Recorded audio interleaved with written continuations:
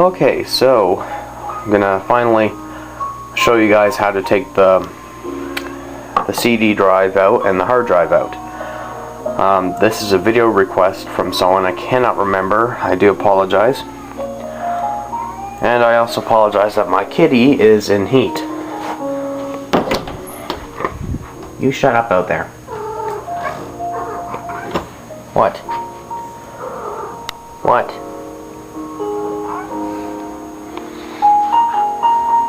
What? Come on. Oh. Get out. Sorry about that, guys. This is very simple. Requires a lot of patience. So, I'm gonna show you guys how to take this out.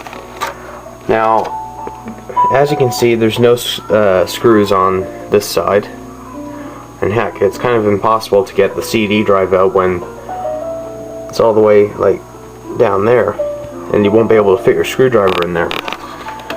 Can't really put a screwdriver on this side because the speaker's in the way. So, this is how you do it. On this side of the computer, there's a screw. And on this side of the computer, there's another screw. All you have to do is unscrew them, and then the front just slides right off.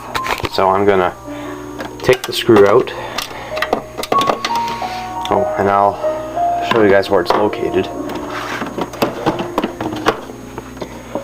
It's right down there. It's that shiny thing right there.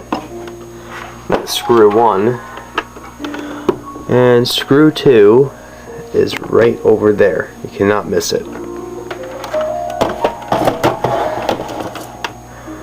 So I'm gonna get this screw out. You might have noticed that both screws aren't the same. Sorry, guys. It's been really cold weather lately, so I'm not feeling too good. Okay, so the screw's out. It's kind of in there, but I'll get it out later.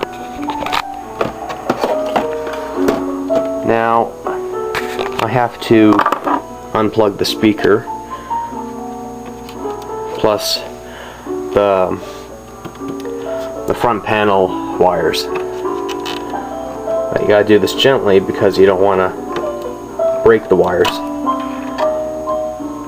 And then you just pull the speaker wire out, which is attached to this thing.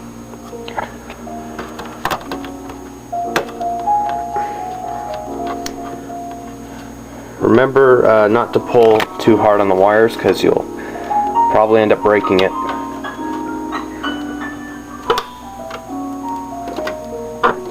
There we go. Gotta go on this side. There's another wire right there.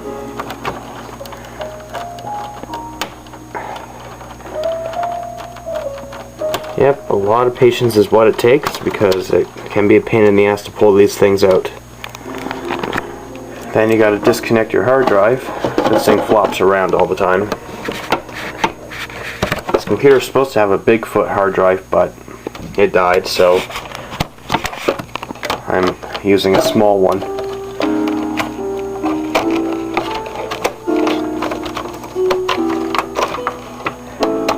Pull all these wires out. Same with the floppy drive.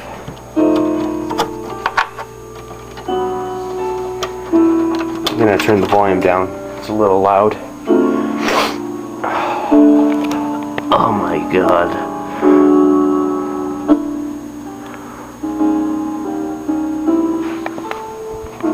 Okay. So now we have all these wires disconnected. All of these wires here are unplugged. I just gotta get that last screw out. It's not hard. Thank God my screwdriver isn't too wide, or it would be impossible to get that screw out. Now putting them back in, I have to use a special tool that has a plunger on the top, and when you push down on the plunger, a little claw comes out and it picks up the screw. So some of you might not have that tool and might want to use a pair of pliers to hold the screw in place.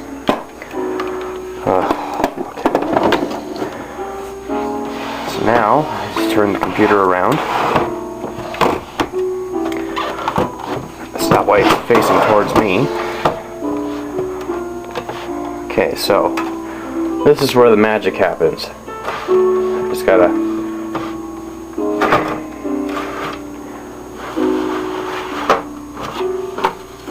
and what do you know? Look at that. She comes right off. So that's what those two screws do. You take them both out and then you can slide the front off. Just gotta pull the hard drive out so that way it doesn't fall and hit the floor. If it does, I have a spare lying around, so don't worry. If it gets broken, I gotta get that screw. There we go.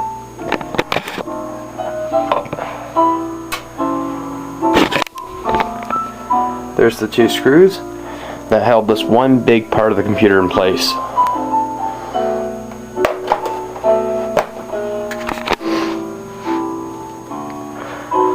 Now, how do you change the CD drive? The screws are right there on the bottom. You just gotta take all four out. There's two on this side, then two on this side. Take the screws out, and then you can slide out the DVD drive or whatever you have in there. It's very simple.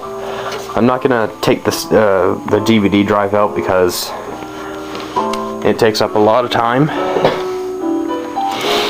and it's pretty straightforward. It's not hard. If you want to change the floppy drive, there's two screws on this side, then there's two screws on that side. You just take those out and you can slide the floppy drive out. Very straightforward. When you're all done, you basically make sure that the wires aren't in the way, because if they are, you might cut them and might not get a good connection with the speakers. Okay, now to slide this back on, you of course have to move the screws out of the way. Put them right up there. Now those two clips there latch onto this.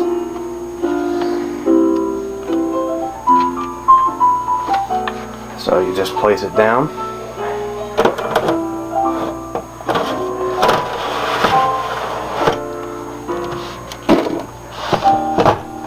And there, you just push it in. It's very simple, it's not hard to do. If you get stuck on something, you can always email me. It's just so fascinating how this works.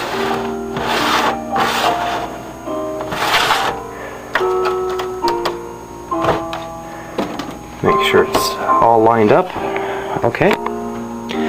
And then you just rehook everything back up and you put the screws back in. I'll show you guys what the instrument looks like that I use. Here's the tool. It was a big pain in the ass trying to find this, but I found it. Here's the plunger on the top. And when you push it, a little claw pops out. Very simple.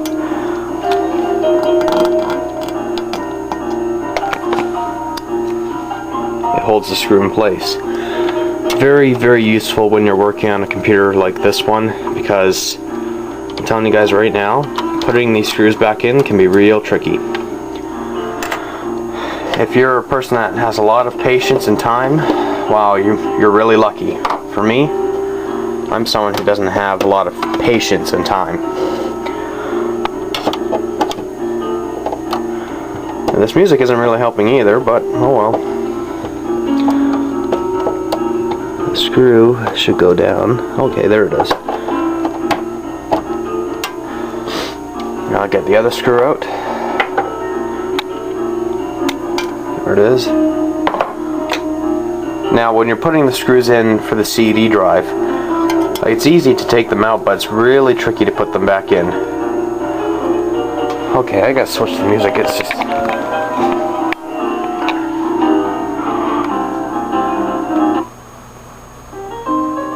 There we go. Okay. That music just sounds really rushy to me. Like it's too fast and driving me nuts. Okay.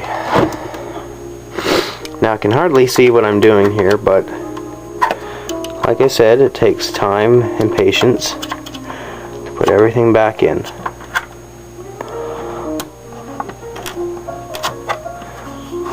I don't know if this one's gonna... Oh, there we go. Now I just gotta find my screwdriver. There it is. I'm not a person that's always organized, but oh well.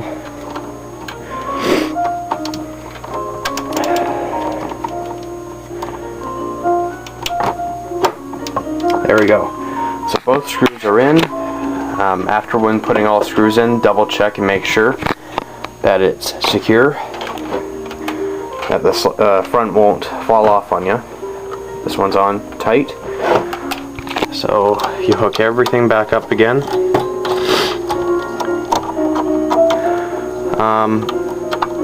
When you turn the machine back on, make sure you don't put the cover back on yet, because when you turn it on and put all the screws back in for the cover, and if something doesn't work properly, you're going to be pretty pissed off that you're going to have to take the entire cover back off. So what I do is I make sure that I plug everything in, turn on the machine, and if something doesn't work properly, like if the floppy drive light stays on, I turn it off, flip the wires around, and see if that fixes it. Because I did that one time and I was so pissed off that I had to take the entire thing apart again. And it's not a day at the beach. It's upsetting that I have to take the entire thing apart.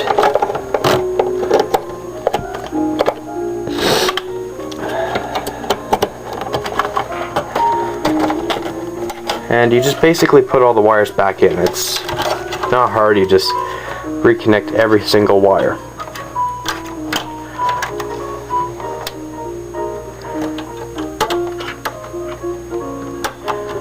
That goes in there.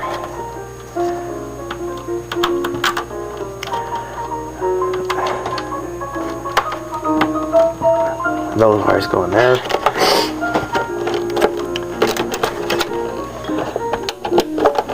There. And I gotta get my hard drive, which is right over here now.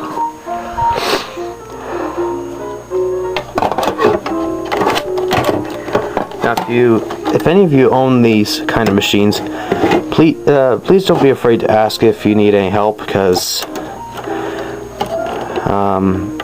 I would be glad to. Since these machines are kind of rare, some people won't even know how to fix them. There we go. And I just got to plug this last wire in.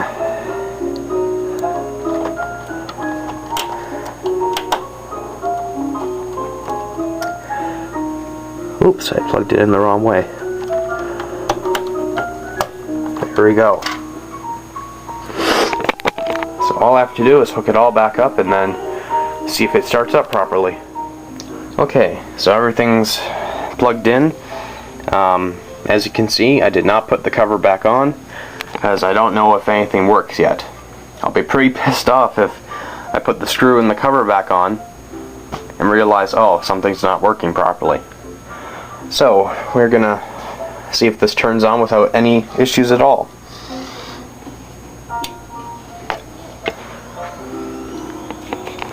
Do we got power everything? Yes, we do. That seems to be working. Should hear a beep. There we go.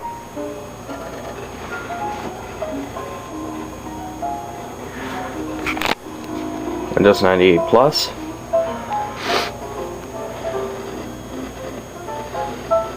Make sure that both speakers work correctly.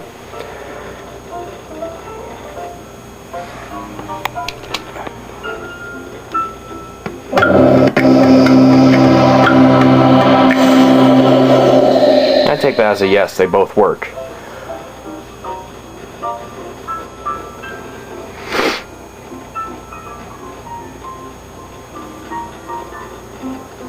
And does the floppy drive working? Gotta make sure if that works too.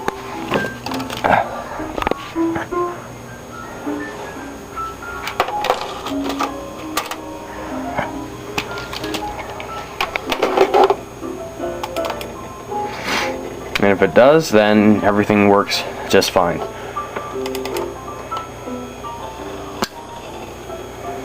Yep, it works. Oh, and before I forget, might as well test out the CD drive or DVD drive on this.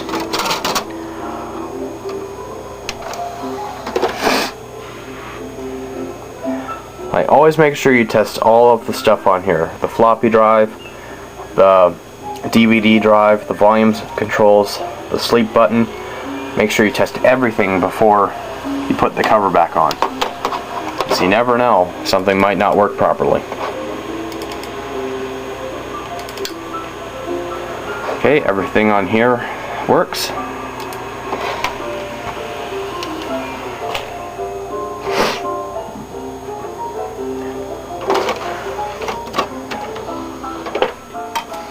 See if the sleep button works. Yep.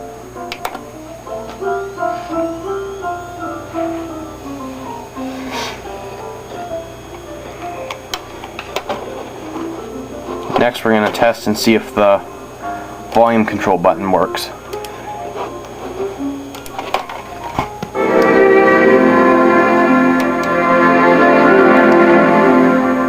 Yep, it does. The up and down volume control works. And that's it. Usually it takes me like 3 times to get it right, but this is the first time I've ever gotten everything hooked up correctly. So I can remove the monitor.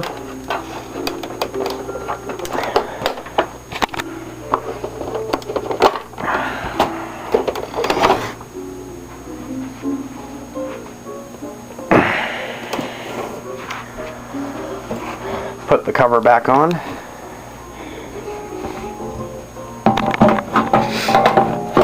Hopefully if I don't get electrocuted, that won't be a day at the beach if I do. And I just gotta find that screw. There we are. I have one screw on this thing just in case, because normally something will mess up on here. And that's how you take a Compaq Presario 2200 apart. It is a pain in the ass to take the front off and get all the screws out from underneath the CD drive, but it's worth it, you know? It's worth getting the job done. Thanks for watching.